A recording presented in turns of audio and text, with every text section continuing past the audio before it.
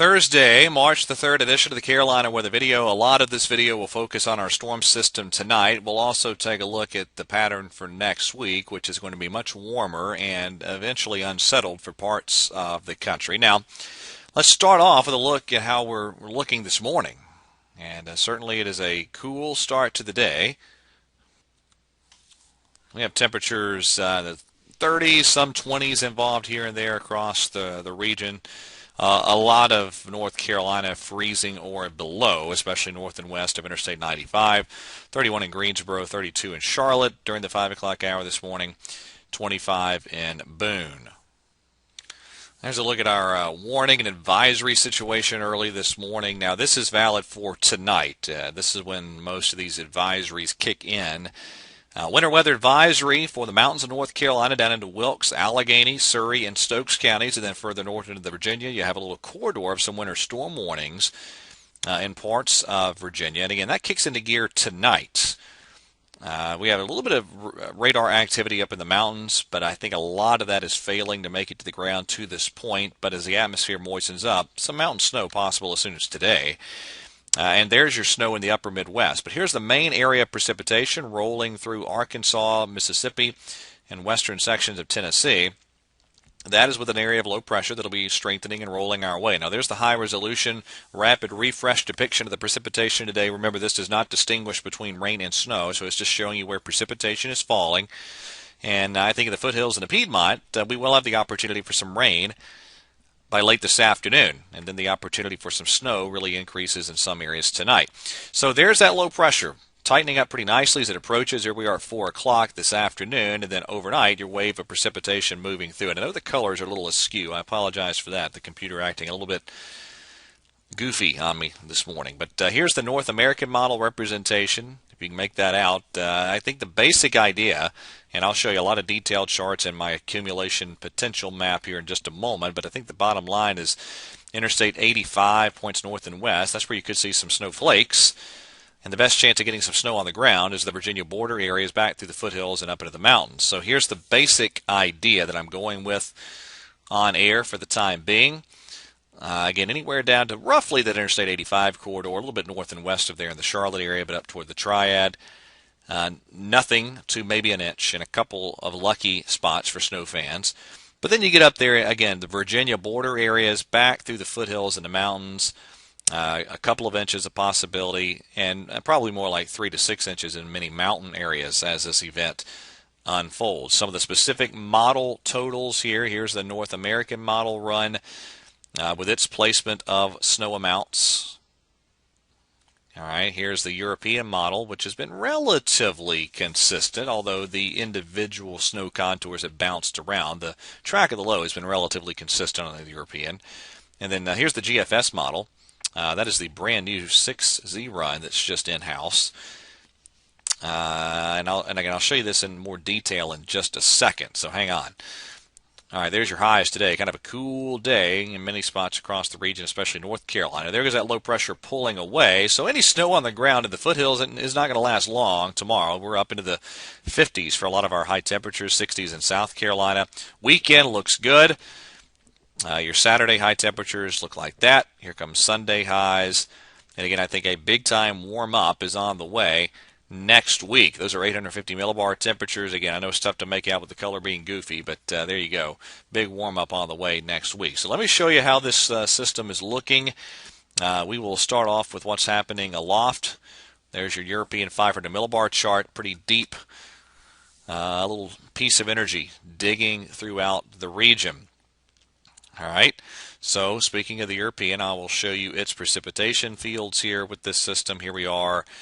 A little after midnight tonight, low pressure along the South and North Carolina coast that really tightens up pretty significantly as it moves near and just east of the Outer Banks by daybreak tomorrow. Now, let's see some of the other modeling. Here's the regional Canadian model depiction of things. Let's see, let's go right here. All right, this was the 0Z run. I did not grab the 6Z run yet, but this was the 0Z run. Again, you get the idea. They're roughly Interstate 85, north and west. That's where you could see some snowflakes involved. And then there goes the system gradually pulling out from there. Snow totals, Let's see, I don't know if I stuck the regional Canadian snow totals in there. I don't think I did, but I'll show you the 4-kilometer NAM. And again, just bear with me. I'll step through all these charts here. There's the 4-kilometer NAM valid late this evening, and then you get out to just after midnight. There's some decent snow rates falling there along the Virginia border areas at that point in time on this particular model. And then there goes the system exiting from there. And you see a little burst of snow involved up near the Virginia border with the heavier rates of precipitation. And there's the snow total map from the 4-kilometer NAM. Finally, and I'm going to show you some sounding data in just a second. Here's the GFS. This was the 0Z run. There's your low pressure near Montgomery, Alabama. Mountain snow by early this evening. In fact, by this afternoon in many mountain spots. You go out 6 hours later.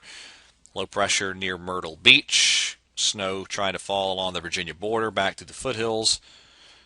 And then there you are as you get toward daybreak. And a little close-up inspection there, that early morning time frame. That's just after midnight there near the Virginia border, back into the foothills. Now, on that run of the GFS, you had snow totals that look like that. Some 6- and 7-inch totals up in the mountains, and you see that accumulating snow potential there along the Virginia border areas. The chances dramatically drop off from there.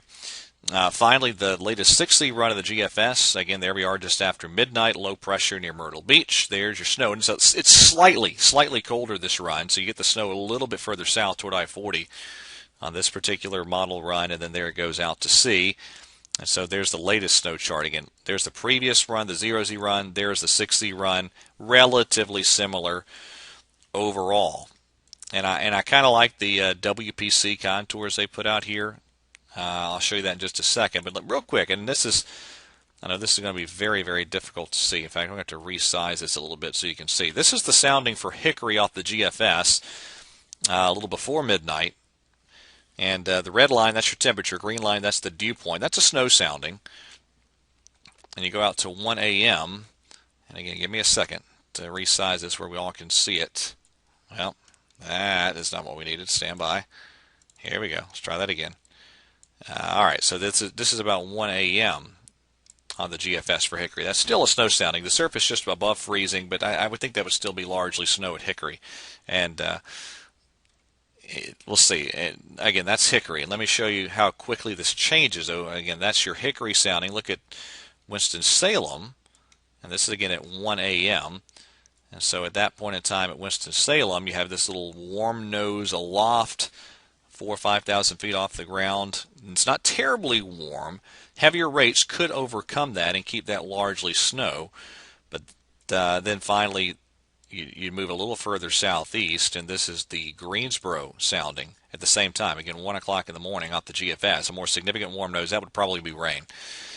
And so you see how just a short distance can make a big difference with your marginal temperature setup.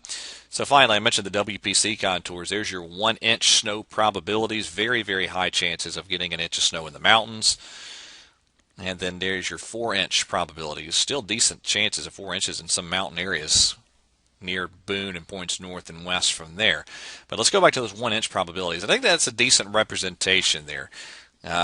Surrey, Stokes, Wilkes, Yadkin County, down toward north areas near just north and west of Hickory. Pretty good chance to see a little bit of snow tonight, but the chances really dramatically drop off south and east from there.